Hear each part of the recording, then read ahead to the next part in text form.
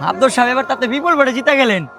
হ্যাঁ হ্যাঁ, এবার ওই জসমের পোলারে দেখ খালুমু। ও একটু বেদব টাইপের। আমি এলাকার রানিং চেয়ারম্যান, ও আমার দেখলে সম্মান করে না, সালাম দেয় না। দেখুন ওই এলাকায় কেমনে থাকে। এই এই ছোটন, কই যাস? এই এত তাড়াহুড়া করে কই যাইতাছস? চেয়ারম্যান সাহেব, দক্ষিণ পাড়ার মাত্র সাহেব মারা গেছে, ওটাই দেখতে যেতেছি। কি দক্ষিণ পাড়ার মাদ্রাসা মারা গেছে? তুই কই যাইতাছস? জানাজা দিতে যাইতাছস?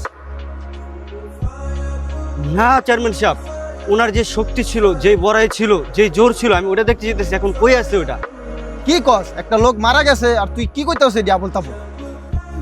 চেয়ারম্যান সাহেব, আমি মাত্র সাহেব থেকে কিছু টাকা লোন নিয়েছিলাম ব্যবসা করার জন্য। আমি ব্যবসা ধরা খাওয়ার পরে টাকা দিতে পারিনি।